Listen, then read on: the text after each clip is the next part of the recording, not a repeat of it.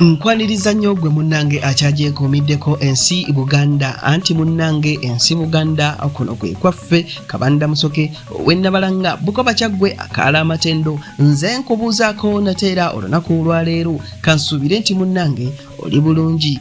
Munnange olunaku olwaleero nzikiriza nkutuuseeko na bino era naawe obimanye bw'oba obadde obimanyi kale kambikujjukize oba katwejjukanye ku bintu bino.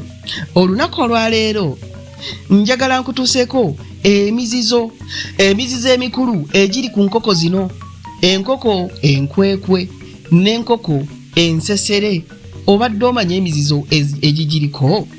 Munnange enkoko zino, enkoko enkwekwe oba ensesere togitonera beene oba togitonera kabaka. Enkoko ensesere oba enkoko enkwekwe togitwala ku buko. Owulidde munnange? Ate era omuzizo omulala togiwa lubaale.